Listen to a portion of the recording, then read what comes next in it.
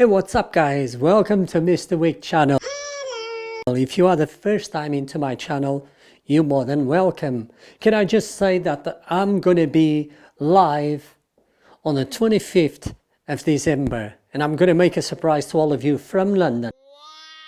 If you want to put in your diaries or a calendar, 25th, I would say after between 3 and 4, I will post on Instagram, so it's good if you want to follow me on Instagram. I'll put all the details. I can't tell. It's going to be a surprise, so don't forget, 25th, Christmas Day, I'll be making a surprise.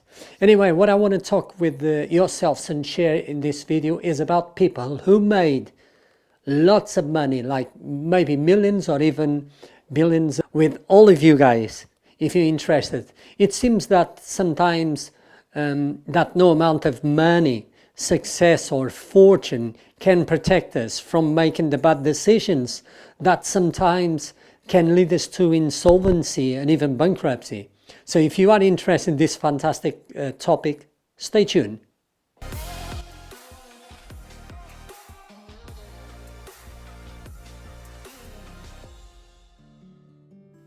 And there you go guys, thanks for staying here, really appreciate guys. If you are new to my channel, please subscribe, don't lose the next video, and you can watch even the ones I got it here already.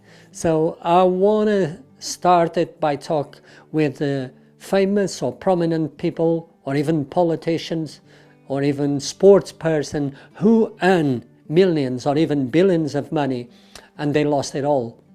I think that is an interesting topic, so I want to help all of us. We are living these difficulties with the coronavirus, and that's why I bring this different topic today. Some people, perhaps they built business empires, collected millions of dollars from award-winning music albums, or made hundreds of millions in acting or sports, are not immune to the ravage of persevere relationship with the money and the inability to balance their lives or their cash flows.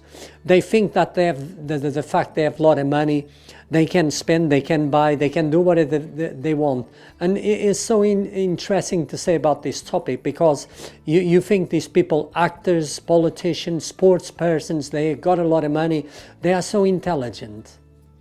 But one thing they can't do is manage their own money, because the way they have the money and the way they spend is just absolutely incredible. Us, we have less. Perhaps we could do better, but it still doesn't mean that we could fail like them.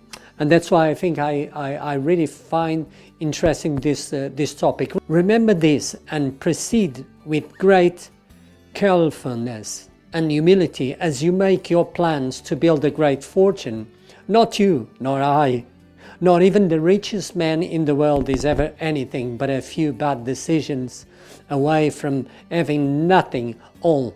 What I want to share with you is a list of people, famous people, who made vast fortunes and then lost them, like this.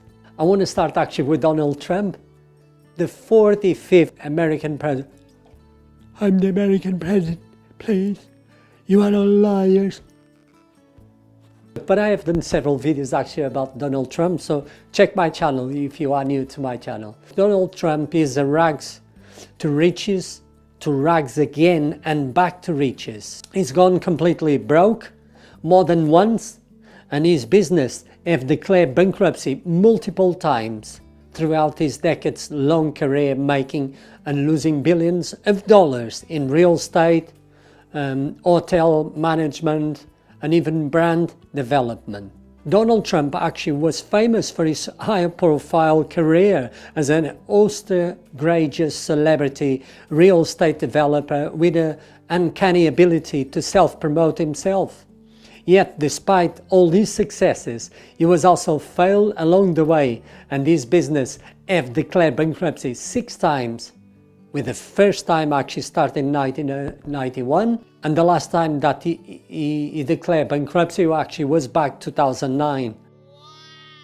Donald Trump started from rags and ascended to riches. He did inherit actually a small business from his father, a drop in a bucket really of the kind of money that Donald Trump has made and lost as well, and made again in his career. So he lost and he recovered the money. When someone managing projects with the sheer magnitude of scale that Donald Trump has throughout his career, failure means failure, with lots of zeros on it, believe me. When Trump declared bankruptcy for the first time, this back in 1991, he took a lot of on a high risks investments. The first one actually that he took really big, it was this called the Trump Taj Mahal, and financing it with massive amounts of high interest loans. So he borrowed the money. Instead, like us, and perhaps of us, we have a loan. Some banks, they do 8% or 12%. He would say, look, I'll give you 20%. Yes, and the banks, oh, of course, this guy is going to pay us more than what we loan to people. Why not? And obvious, he was in trouble.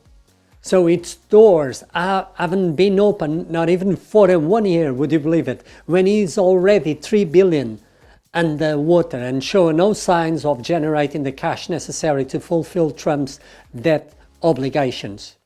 He personally lost 900 million, oh my goodness, in the fiasco, and had to sell off his also underperforming airline, Trump Airlines, and his personal yacht. Now, if you ask anybody on the street to name a book written by Donald Trump, they will say The Art of Deal. And a lot of people, they say, actually, good book, never read it.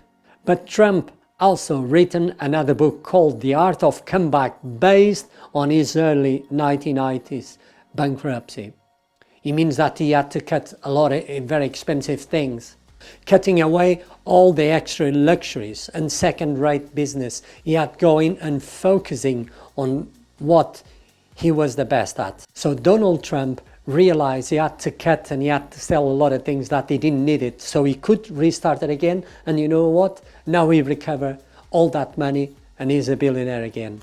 Congratulations! Also, the famed musical Weed It Smokin' icon Willie Nelson is doing well for himself again. But he wasn't like that. He did lose a lot of money, and I'm going to tell you why. Because with a net worth estimated to be in the neighborhood of 25 millions right now, it was a different story for him through back in the first half of the 1980s, when the legendary singer got stuck with one of the biggest tax penalties in USA history. So the Internal Revenue Service had investigated Nelson and determined that he had been evading taxes by hiding his money in an illegal tax shelter. Because lying, sooner or later you'll be caught out. Don't do that with the government. The bill the IRS sent him was for nearly, just listen to this, $17 million. That was back when $1 million was a lot of money in the 80s. So Willie Nelson's attorney was able actually to reach an agreement with the RAS to whittle the bill to a more manageable $6 million. But that was still more than Nelson was able to pony up. So he did just nothing. He did just nothing, provoking the RAS to physically, actually they came to Nelson's ranch house in Texas and carry out everything they could sell off to get their money. The only thing actually the poor Willie Nelson got to keep was his guitar, because it was a gift from his daughter. The federal agency at least had a shred of a decency not to take that. Well, not so funny. In what has gone down in musical and legal history as an unprecedented deal with Internal Revenue Service, Nelson got them to agree to settle his tax debt with proceeds from an upcoming album. And actually the title is called The RAS Tapes. Who Will Buy My Memories? Paying off Nelson's debts by 1993. So 1993, he did well with that album, and he did sold a lot, and he paid his debts. So he continued making music throughout the rest of his 90s and beyond that. And he's doing quite well again, actually. These days he still writes music, records albums, and goes touring. He also told Rolling Stones that he thinks the Trump administration Attorney General Jeff Sessions should smoke some weed. That's just Willie Nelson being Willie Nelson. That was funny. And do you remember MC Hammer, the rapper who became famous for saying, "Can't touch this"? I'm sorry, I just got lost there now. Of his 1990 album, Please Hammer, Don't Hurt Him. Well, it turns out they actually could touch this, despite having a net worth estimated actually to be in the region of $33 million as a result of the success from his album sales, concert tours, sponsorships. The Hammer had to file for bankruptcy, would you believe it, this back 1996. Born Stanley Kirk Burrell in Oakland, California, the Hammer got his very taste of fame at the precocious age of 11 as a bat boy and clubhouse assistant for the Oakland's ace. Reggie Jackson, himself nicknamed the Young Hammer because of his resemblance to Hank Aaron, also known as the Hammer. The nickname stuck until today. At the time MC Hammer had to file for bankruptcy protection, his assets totaled about $1 million, and his debts were well in excess of that of $10 million. The judge probably said, "It's Hammer time."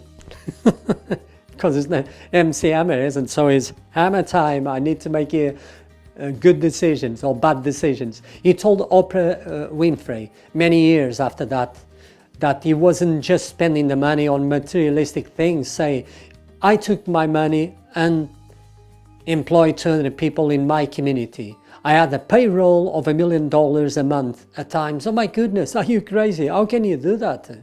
Even if you got 33 million, you would think that in 2 years you'd be poor again. Why would you employ 200 people? But never mind. But though that spending might sound all philanthropic, don't be fooled. The rapper kept a staff of 200 people on his payroll to handle pretty much everything you could imagine for him. His laundry, and then he rolled around with an entourage of like 40 people, more or less, paying out an insane $500,000 a month to support everybody. Just unwise really. That's pretty extravagant in my eyes, and maybe a bit shallow, materialistic person. And thanks for watching this video once again. Hope you enjoyed the topic that I share with all of you. It does make me to think how they can spend so much money in so many things. Perhaps I come from a different background, so I would appreciate if I had even just 10% of the money they have. Hope you are all okay. Let's continue to do this one day. Soon we'll be finished. Thanks for watching. Please subscribe so you help me out, and hope to see you next time. Bye bye for now, guys.